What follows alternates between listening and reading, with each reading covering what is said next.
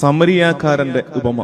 ഈശോ അവന്റെ പരസ്യജീവിത കാലത്ത് 40-നും 60-നും ഇടയ്ക്ക് എണ്ണം ഉപമകൾ പറഞ്ഞിട്ടുണ്ട്, പാരബിൾസ്. അത് ഓരോരുത്തരുടെ അഭിപ്രായം അനുസരിച്ച് മാറും. ചിലത് പാരബിൾ ആണോ അല്ലയോ എന്നൊക്കെ തർക്കമുണ്ട്. അതുകൊണ്ടാണ് ഞാൻ പറഞ്ഞത് 40-നും 60-നും ഇടയ്ക്ക് എണ്ണം കഥകൾ, ഉപമകൾ ഈശോ പറഞ്ഞിട്ടുണ്ട്. അതിൽ ക്ലാസിക്കൽ പാരബിൾസ് എന്ന് വിളിക്കാവുന്നവയാണ് ഈ സമരിയാക്കാരന്റെ ഉപമയൊക്കെ. ഏറ്റവും ക്ലാസിക്കൽ പാരബിൾ ആയിട്ട് പറയുന്നത് ധൂർത്തപുത്രന്റെ ഉപമയാണ്. അതുപോലെ അതിനോട് ചേർന്ന് പോകുന്നതാണ് ഈ സമരിയാക്കാരന്റെ ഉപമ, അല്ലെങ്കിൽ വിധക്കാരന്റെ ഉപമ. ഈ ഉപമകളൊക്കെ അവൻ പറഞ്ഞ ഉപമകളിൽ കുറച്ചുകൂടെ അത് കാലത്തെ അതിജീവിച്ച ഇന്നും പഠന വിഷയമായ ഉപമകളാണ്. സമരിയാക്കാരന്റെ ഉപമയെ നമുക്കിന്ന് എളിമയോടെ ധ്യാനിക്കാം. നമ്മൾ ഒരുപാട് പറഞ്ഞിട്ടുള്ളതാണ് സമരിയാക്കാരന്റെ ഉപമയെ കുറിച്ച്. പക്ഷെ ഇന്ന് നമുക്ക് ടെക്സ്റ്റിലേക്ക് തന്നെ നോക്കാം. അതായത് അതിന് പുറത്തുള്ള ആശയങ്ങളിലോട്ട് നോക്കാതെ ഈ വായിച്ച ഭാഗത്തേക്ക് തന്നെ നോക്കി ഇതിനെ ഒന്ന് മനസ്സിലാക്കാൻ ശ്രമിക്കാം. നിയമജ്ഞൻ വന്നിട്ട് ചോദിച്ചത്, അപ്പൊ ഇങ്ങനെ സംസാരിക്കുമ്പോഴുള്ള കുഴപ്പം, ഈ പറഞ്ഞ വലിയ വികാര വിക്ഷോഭങ്ങൾ ഉണ്ടാകില്ല. അതുകൊണ്ട് നിങ്ങൾ ശ്രദ്ധയോടെ നിൽക്കണം. ഞാൻ ഇത് ആദ്യമേ തന്നെ ജാമ്യം എടുക്കുന്നത് വെച്ചാല്, അപ്പൊ നിങ്ങൾ എക്സ്ട്രാ എഫേർട്ട് എടുക്കണം. ഞാൻ വലിയ പ്രസംഗ ശൈലിയിലല്ലാതെ സാധാരണ പോലെ സംസാരിക്കുമ്പോൾ നിങ്ങളുടെ ഭാഗത്തു നിന്നാണ് അധിക സഹകരണം വേണ്ടത്. അതുകൊണ്ടാണ് നേരത്തെ അങ്ങ് പറയുന്നത്. നിയമജ്ഞൻ വന്ന് ചോദിക്കുന്നത് ഏതാണ് പ്രധാനപ്പെട്ട കൽപ്പന എന്നാണ്. അതിന്റെ ഉത്തരം നിയമജ്ഞനെ കൊണ്ട് തന്നെ ഈശോ പറയിപ്പിക്കുന്നു. 2 കൽപ്പനകൾ: പൂർണ്ണ ഹൃദയത്തോടെ ദൈവത്തെ സ്നേഹിക്കണം, നിന്നെ പോലെ അയൽക്കാരനെ സ്നേഹിക്കണം. കൊള്ളാം. അപ്പൊ ഈശോ പറഞ്ഞു, കാര്യം കഴിഞ്ഞു, പോയി അതുപോലെ ചെയ്താൽ മതി. അപ്പോൾ ഉടനെ അയാൾ അടുത്ത ചോദ്യം ചോദിക്കുകയാണ്, ആരാണ് എന്റെ അയൽക്കാരൻ? ആരാണ് എന്റെ അയൽക്കാരൻ? നമുക്ക് ആദ്യം അതിൽ തുടങ്ങാം. ആരാണ് എന്റെ അയൽക്കാരൻ എന്ന് ഇദ്ദേഹം ചോദിക്കുമ്പോ ഈ നിയമജ്ഞന്റെ മനസ്സിലുള്ളത് എന്താ? നിയമജ്ഞന്റെ മനസ്സിലുള്ളത് ഒരു എക്സ്ക്ലൂഷനാണ്. അതായത് ആരാണ് എന്റെ അയൽക്കാരൻ എന്ന ചോദ്യത്തിന്റെ പ്രസക്തി, ചിലതൊക്കെ എന്റെ അയൽക്കാരനല്ല, ചിലരാണ് എന്റെ അയൽക്കാർ. അപ്പൊ അത് ആരാണെന്ന് അറിഞ്ഞാൽ ഞാൻ അവരെ സ്നേഹിച്ചാൽ മതിയല്ലോ. അതാണ് ആ ചോദ്യത്തിന്റെ ഉള്ളിലെ അർത്ഥം. ആരാണ് എന്റെ അയൽക്കാരൻ എന്ന ചോദ്യത്തിന്റെ ഗൗരവം അതാണ്. പക്ഷെ ഈശോ കൊടുത്ത ഉത്തരമുണ്ടല്ലോ, ഈ കഥ, ഈ ഉപമ, ഈ കഥയിൽ ഈ ആരാണ് എന്റെ അയൽക്കാരൻ എന്നതിന്റെ ഉത്തരം കിടപ്പുണ്ട്. ഉത്തരം എന്താന്ന് വെച്ചാൽ, നീ എപ്പോഴും ഒരു അയൽക്കാരനായിരിക്കണം. ഇത് കേൾക്കുന്ന ഞാൻ എപ്പോഴും ഒരു അയൽക്കാരനായിരിക്കണം. രണ്ടാമത്തെ ഉത്തരം, നിന്റെ മുമ്പിൽ ഏത് സമയത്തും ആരും വരാം, അയൽക്കാരൻ എന്നതുപോലെ. ഇതിന് രണ്ടിനും നമ്മൾ പ്രിപ്പയർഡ് ആയിരിക്കണം. എപ്പോഴും നീ ഒരു അയൽക്കാരനായിരിക്കണം. മറ്റുള്ളവർക്ക് നല്ല അയൽക്കാരനാകുവാൻ എന്റെ ജീവിതത്തിന്റെ ഇത്രയും സമയം ഞാൻ മാറ്റിവെച്ചിട്ടുണ്ട്. എന്റെ 24 മണിക്കൂറിൽ ഇത്രയും സമയം ഞാൻ മാറ്റിവെച്ചിട്ടുണ്ട്. ബാക്കിയുള്ള സമയം എന്നോട് നല്ല അയൽക്കാരനാകാൻ പറയരുത്, എനിക്ക് കുറെ കാര്യങ്ങൾ വേറെ ചെയ്യാനുണ്ട്. അല്ല, എപ്പോഴും നീ ഒരു അയൽക്കാരനാകണം. 2, നീ വിചാരിക്കരുത് ഈ കൂട്ടരൊക്കെ വന്നാൽ ഞാൻ സഹായിക്കാം, ഈ കൂട്ടരൊക്കെ ആണെങ്കിൽ ഓക്കെ. അങ്ങനെയല്ല. ആരും ഏത് സമയത്തും നിന്റെ മുമ്പിൽ അയൽക്കാരൻ എന്നതുപോലെ വന്നു നിൽക്കാം, അവരെ സഹായിക്കണം. അതാണ് ആ ചോദ്യത്തെ, ആരാണ് എന്റെ അയൽക്കാരൻ എന്ന എക്സ്ക്ലൂസീവ് ആയിട്ടുള്ളൊരു ചോദ്യത്തെ ഈശോ ഓൾ ഇൻക്ലൂസീവ് ആയിട്ട് മാറ്റി. അതിനകത്ത് വരാത്ത ആരും ഇല്ലടാവേ എന്ന് പറഞ്ഞു കൊടുക്കുകയാണ്. ആരാണ് എന്റെ അയൽക്കാരൻ എന്ന ചോദ്യത്തിന് പ്രസക്തിയില്ല. എല്ലാവരും നിന്റെ അയൽക്കാരാണ്. നീ എല്ലാവർക്കും അയൽക്കാരനുമാകണം. അതാണ് ഇതിനകത്തെ മെയിൻ ത്രസ്റ്റ്. ഏറ്റവും പ്രധാനമായിട്ട് നമ്മളിൽ വരേണ്ട ഒരു മാറ്റം അതാണ്. ഞാൻ എപ്പോഴും ഒരു അയൽക്കാരൻ എന്നതുപോലെ അവൈലബിൾ ആയിരിക്കണം മറ്റുള്ളവർക്ക്. രണ്ടാമത്, എന്റെ അയൽക്കാരനാകാൻ ആരും എന്റെ മുമ്പിൽ ഏതു നേരത്തും എത്താം എന്ന തിരിച്ചറിവുണ്ടാകണം. എന്നിട്ട് ഈശോ പറഞ്ഞു തുടങ്ങുകയാണ്. ഈശോ അത് കുറെ കൂടെ വിശദീകരിച്ച് ആ കഥ പറയുകയാണ്. കഥയിൽ ഈ ജെറീക്കോ, ജെറുസലേം യാത്ര ചെയ്യുന്ന ഒരാള്. അപ്പൊ ഇയാൾ ഇതിൽ 17 മൈൽ ദൂരമുള്ള ജോസഫൂസ് എന്ന ചരിത്ര ഗ്രന്ഥകാരൻ പറയുന്നുണ്ട്. ഫ്ലാവിയൂസ് ജോസഫൂസ് എന്ന ഒരു യഹൂദ ചരിത്ര ഗ്രന്ഥകാരനുണ്ട്. അദ്ദേഹം സെക്കുലറായിട്ട് ഹിസ്റ്ററി എഴുതിയ ആൾ. അദ്ദേഹം തന്നെ പറഞ്ഞിട്ടുണ്ട്, ഈ 17 മൈൽ ദൂരം വളവ് തിരിവുകളുള്ള, ഏറെ ഗുഹകളുള്ള ഒരു വഴിയാണ്. അതിന്റെ അർത്ഥം അവിടെ കൊള്ളക്കാർക്ക് പതിയിരിക്കാൻ എളുപ്പമുണ്ട്. എന്നിട്ട് അദ്ദേഹം തന്നെ പറഞ്ഞിരിക്കുന്നത്, അതുകൊണ്ട് ഈ യാത്രയിൽ മനുഷ്യർ കയ്യിൽ ആയുധങ്ങൾ കരുതിയിരുന്നു എന്ന സൂചനയുണ്ട്. അപ്പൊ ഇതൊരു അപകടം പിടിച്ച വഴിയാണ്. ഇവിടെ കൊള്ള സ്വാഭാവികമാണ്, സാധാരണ എന്നതുപോലെ നടക്കുന്നതാണ്. അപ്പൊ ഈ ഒരാളെന്നേ പറയുന്നുള്ളൂ. ഒരാൾ യാത്ര ചെയ്യുന്നു. ഈ യാത്രാ മധ്യേ കൊള്ളക്കാരാൽ ആക്രമിക്കപ്പെടുന്നു. ചോര വാർന്നൊഴുകി അർദ്ധപ്രാണനായി അദ്ദേഹം അവിടെ കിടക്കുന്നു. കഥ മുന്നോട്ട് പോവാണ്. അടുത്തതായി ഒരു പുരോഹിതൻ അതുവഴി നടന്നു വരുന്നു. ഇത് കേൾക്കുമ്പോണ്ടല്ലോ നമുക്കൊരു പ്രശ്നമുള്ളത്, നമ്മൾ ഈ കണ്ട സിനിമ കാണുമ്പോൾ സംഭവിക്കുന്ന ഒരു ലാഘവത്വം നമുക്ക് പറ്റുന്നുണ്ട്. അതെന്താ കാര്യം വെച്ചാൽ നമുക്ക് ഇതിന്റെ ക്ലൈമാക്സ് അറിയാം. ആദ്യം കാണുമ്പോൾ കിട്ടുന്ന ത്രില്ല് പിന്നെ ഒരു സിനിമയിൽ രണ്ടാമത് കാണുമ്പോൾ കിട്ടാറില്ലല്ലോ. കാരണം എന്താ, നമുക്കറിയാം ആരാണ് നായകൻ, ആരാണ് വില്ലൻ, ഇതിന്റെ ക്ലൈമാക്സ് എന്താണ്, ഇതിന്റെ ട്വിസ്റ്റ് എന്താണ് എന്നൊക്കെ നമുക്കറിയാം. ആ അപകടം ഈ ഉപമ നമ്മൾ വായിക്കുമ്പോൾ സംഭവിക്കാറുണ്ട്. നമ്മൾ എല്ലാത്തിനെയും ടേക്കൺ ഫോർ ഗ്രാന്റഡ് ആക്കുന്നു. ഇതിപ്പിങ്ങനെയാണ്, അങ്ങനല്ല. നമ്മളൊരു ഫസ്റ്റ് റീഡർ ആയിട്ട് അല്ലെങ്കിൽ ഒരു ഫസ്റ്റ് ലിസണർ ആയിട്ട് കേൾക്കണം. ആദ്യമായിട്ട് ഇത് കേൾക്കുന്ന ഭാവത്തോടെ കേൾക്കുമ്പോഴാണ് ഇതിന്റെ രസം അറിയാൻ പറ്റുന്നത്. ഇത് ആദ്യം ആരാ കേട്ടുകൊണ്ടിരുന്നത് ഈശോയുടെ മുമ്പിലുണ്ടായിരുന്ന യഹൂദ സമൂഹം. അത് ശ്രദ്ധിക്കണം. ഈശോയുടെ മുമ്പിലുണ്ടായിരുന്ന യഹൂദ സമൂഹമാണ് ഇതിന്റെ ശ്രോതാക്കൾ. അവരോടാണ് പറയുന്നത്, ഒരാള് മുറിവേറ്റ് കിടക്കുന്നു, അപ്പോ ദേ ഒരു പുരോഹിതൻ നടന്നു വരുന്നു എന്ന് പറയുമ്പോഴേ ഇവരുടെ കണ്ണ് പ്രകാശിക്കും. കാരണം എന്താ, ദേ രക്ഷകൻ വരുന്നു. കാരണം അവരുടെ മനസ്സിൽ അങ്ങനെയാണ് ആ സമയത്ത്. പക്ഷെ എന്താ പറ്റുന്നത്, പുരോഹിതൻ മാറി നടന്നു. അതിന്റെ കാരണങ്ങൾ പലതും നമ്മൾ വ്യാഖ്യാനിക്കാറുണ്ട്. സ്വന്തം ജീവിതം റിസ്ക് വരേണ്ടെന്ന് വിചാരിച്ചിട്ടായിരിക്കാം, അല്ലെങ്കിൽ കൈ അശുദ്ധമാകും. ഞാൻ തന്നെ വ്യാഖ്യാനിച്ചിട്ടുണ്ട്, രക്തം തൊട്ടാൽ അശുദ്ധമാകും, പിന്നെ ദേവാലയത്തിൽ കയറാൻ പറ്റില്ല, അതുകൊണ്ടാകാം എന്നൊക്കെ.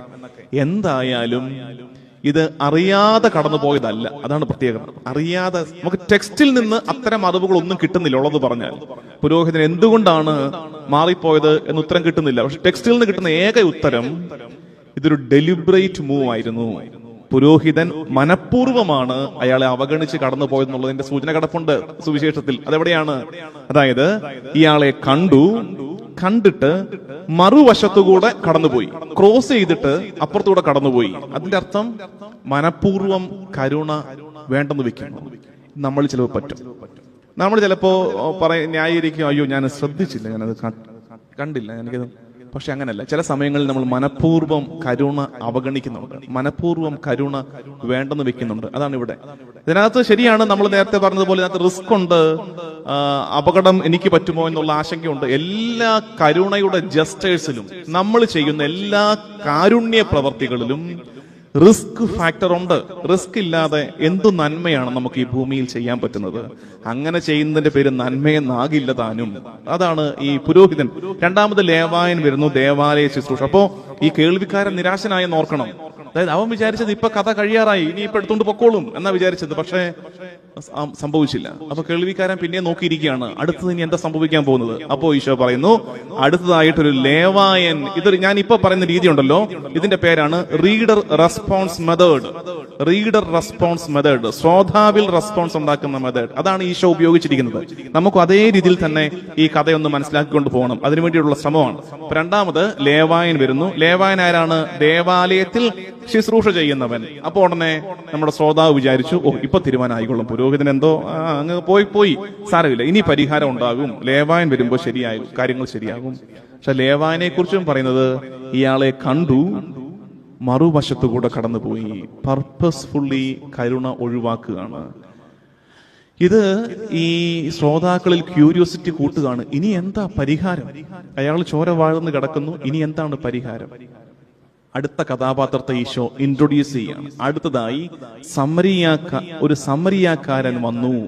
അത്രേ പറയുന്നുള്ളൂ. അയാളുടെ പേരോ അയാളുടെ ജോലിയോ അല്ല പറയുന്നത് നോക്കണം. മറ്റവര് അവരുടെ പ്രൊഫഷനാണ് പറഞ്ഞിരിക്കുന്നത്. പുരോഹിതൻ, ലേവായൻ എന്നൊക്കെ പറയുന്നത്. ഇവിടെ ഒരു സമരിയാക്കാരൻ വന്നു. ഇത് ഈശോ മനഃപൂർവ്വം ഈ കേട്ടോണ്ടിരിക്കുന്നവർക്കിട്ട് കൊട്ടുകൊടുക്കുന്നതാണ്. ഈശോ എന്ന് പറയുന്ന ഒരു മാസ്റ്റർ ഗുരുവാണ്.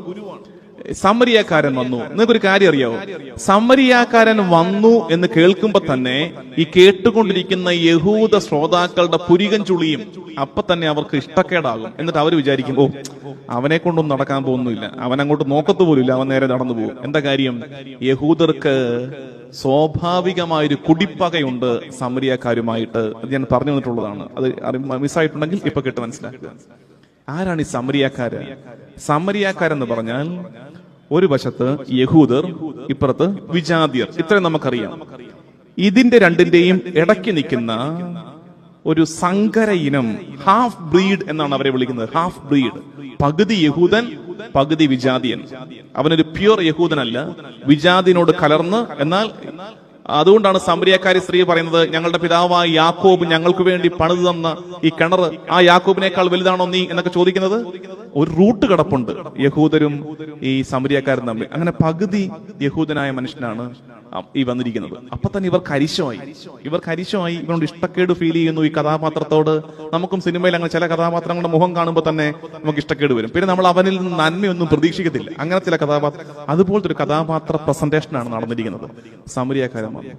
പിന്നെയാണ് ട്വിസ്റ്റ് നടക്കുന്നത്. ഈ ഷോയുടെ പല പാരബിൾസിലുമുള്ള ഉപമകളിലുമുള്ള ട്വിസ്റ്റ് ഇവിടെ നടക്കുകയാണ്. സമരിയക്കാരൻ ഇയാളെ കണ്ടു, എന്നിട്ട് 6 കാര്യങ്ങൾ ഇയാൾ ചെയ്തു. ഈ സമരിയക്കാരൻ നന്മയുടെ കരുണയുടെ 6 പ്രവൃത്തികൾ ചെയ്തു. ഇയാളെ സമീപിച്ചു. ഒന്നാമത്തെ കാര്യം സമീപിച്ചു, എണ്ണയും വീഞ്ഞും ഒഴിച്ചു, മുറിവ് വെച്ച് കെട്ടി, 4 അയാളെ എടുത്ത് തന്റെ കഴുതപ്പുറത്ത് കെടുത്തി, 5 സത്രത്തിൽ കൊണ്ടുവന്നാക്കി, 6 ഇയാൾ തന്നെ കടക്കാരനായിട്ട് മാറി. എങ്ങനെ? ഇനി അധികമായിട്ട് വലുതും ആവശ്യം വന്നാൽ ഞാൻ തിരിച്ചു വരുമ്പോ തന്നോളാം. അതായത് കരുണയുടെ ആ എക്സ്റ്റന്റ് കണ്ടോ? തന്റെ കയ്യിലുള്ള നമ്മൾ ചെയ്യുന്ന കരുണ പലപ്പോഴും അങ്ങനെയാ, നമ്മുടെ ശേഖരത്തിൽ നിറഞ്ഞ് കവിയുന്നത് കുറച്ച് കേട്ടോ, പിടിച്ചോ കൊടുത്തു. ഇതങ്ങനല്ല. ഇത് കൊടുത്ത് അവസാനം കടക്കാരനായിട്ട് മാറി ഇയാള് കൊടുത്തു കടക്കാരനായിട്ട് മാറി സമരിയക്കാരൻ. അതുകൊണ്ടാണ് സത്രക്കാരനോട് പറയേണ്ടി വന്നത്, ഇപ്പൊ 2 ദനാറയുണ്ട്. 2 ദനാറ എന്ന് പറഞ്ഞാൽ 3.5 ആഴ്ച ആ സത്രത്തിൽ ഇയാളെ നോക്കാനുള്ള തുകയാണ്. 3.5 ആഴ്ച, 21-22 ദിവസം നോക്കാനുള്ളത്. കാരണം ഒരു ദനാറയുടെ 12-1 ഒരു ദിവസം വേണ്ടത്. അപ്പോ 24 ദിവസം നോക്കാനുള്ളത് കൊടുത്തിട്ടുണ്ട്. 2 ദനാറ എന്ന് പറയുമ്പോ ഒരു ദിവസത്തെ കൂലിയാണ് ഒരു ദനാറ. അപ്പോ അത്രയും ദിവസത്തത് കൊടുത്തു. എന്നിട്ട് പറയുകയാണ്, ഇനി ഒരു കുറവും വരുത്തരുതെന്ന്. ഈ സത്രക്കാരനോട് പറയുന്ന അതാണ്, ഒരു കുറവും വരുത്തരുത്, ചെയ്യേണ്ടതൊക്കെ ചെയ്തോണം. ഇനി കൂടുതലും ചെലവായാൽ അയാളോട് ചോദിക്കാൻ നിൽക്കണ്ട, ഞാൻ തിരിച്ചു വരുമ്പോൾ ഞാൻ തന്നോളാം. ഇപ്പൊ എന്റെ ഇല്ല. കടക്കാരനായി പോയി. കരുണ കാണിച്ച് കടക്കാരനായി പോയവന്റെ പേരാണ് സമരിയക്കാരൻ. നമ്മൾ നമ്മുടെ സമൃദ്ധിയിൽ നിന്ന് എടുത്തു കൊടുത്ത് കരുണ കാണിക്കാൻ ശ്രമിക്കുമ്പോൾ ഇവിടെ ഈശോ പഠിപ്പിക്കുന്ന പാഠം, കരുണയ്ക്ക് എക്സ്റ്റൻസ് ഇല്ല, അതിർത്തിയില്ല, ഇവിടം വരെ എന്നില്ല, എടുത്തു കൊടുക്കുക. ഇതാണ് ഈശോ പഠിപ്പിച്ച. അതുകൊണ്ടാണ് അപ്പൊ ഈശോ എന്ത് ചെയ്തു? ഈശോ ശരിക്കും ഇതിനകത്തൊരു എന്നാ പറയണ്ടേ, അന്തർധാര പോകുന്നുണ്ട്. ഈശോ ഒരു നല്ല കഥാപാത്രത്തെ എടുത്ത് അവതരിപ്പിക്കുക മാത്രമായിരുന്നില്ല, പിന്നെന്താ ചെയ്തത്? ഈശോ പറഞ്ഞു കൊടുക്കുകയാണ്, ഇത്രയും കാലം നീ നിന്റെ ശത്രുവായി ധരിച്ചിരുന്ന, നിനക്കിഷ്ടമില്ലാതിരുന്ന സമരിയക്കാരൻ ദേ നന്മ പ്രവർത്തിക്കുന്നു, അയൽക്കാരനായിട്ട് മാറുന്നു. ആർക്കും ഏതു നേരത്തും അയൽക്കാരനായിട്ട് മാറാം എന്നതാണ് ആ സമരിയക്കാരൻ കഥാപാത്രത്തിലൂടെ ഈശോ അവതരിപ്പിച്ചിരിക്കുന്ന കാര്യം. പിന്നെ ഇതിനകത്ത് പ്രധാനപ്പെട്ട ഒരു കാര്യം പറയാനുണ്ട്. ഞാനത് നമ്മുടെ കഴിഞ്ഞ 2-3 ആഴ്ച മുമ്പ് നമ്മുടെ വീണ്ടും പെന്തക്കോസ്ത ശുശ്രൂഷയില്ലായിരുന്നോ, 7 ദിവസത്തെ 9 ദിവസത്തെ വചന പ്രഘോഷണം, അതിനകത്ത് ഞാൻ ഉപയോഗിച്ചൊരു വാക്കാണ്. ആ വാക്ക് പ്രധാനപ്പെട്ടതാണ്. ഇത്തരം കോണ്ടെക്സ്റ്റിൽ കരുണയെക്കുറിച്ച് ചിന്തിക്കുമ്പോഴൊക്കെ ആ വാക്ക് പ്രധാനപ്പെട്ടതാണ്. ഇനി ഞാനൊരല്പം ഈ ടെക്സ്റ്റ് അവിടെ വെച്ചിട്ട് ഒരല്പം ചിന്ത പങ്കുവെക്കുകയാണ്.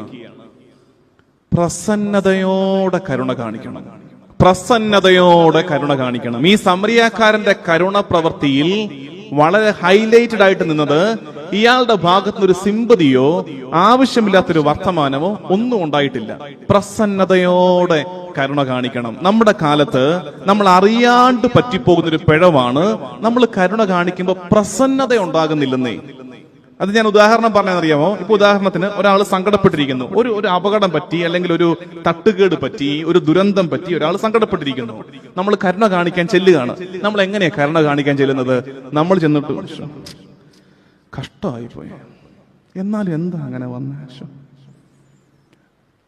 എന്തിനായിരുന്നു അങ്ങനെ, അല്ലേ?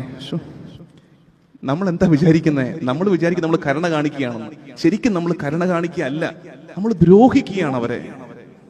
ബൈബിളിലുള്ള ഒരു ആശയമാണ് പ്രസന്നതയോടെ കരുണ കാണിക്കണം. പ്രസന്നതയോടെ കരുണ രണ്ടാണ്. നമുക്ക് ഭയങ്കരമായിട്ട് തെറ്റുപറ്റുന്നുണ്ട് ഈ മേഖലയിൽ.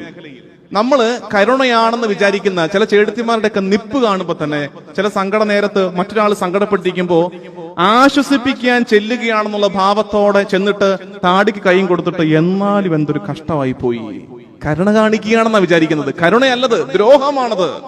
പ്രസന്നതയോടെ, ചാംഫുൾ മേഴ്സി എന്ന് പറയും. ചാംഫുൾ മേഴ്സി, പ്രസന്നതയോടെ കരുണ കാണിക്കണം. അതായത് ഇത്തരം ചില മനുഷ്യർ കരുണ കാണിക്കാൻ വന്നാലുണ്ടല്ലോ,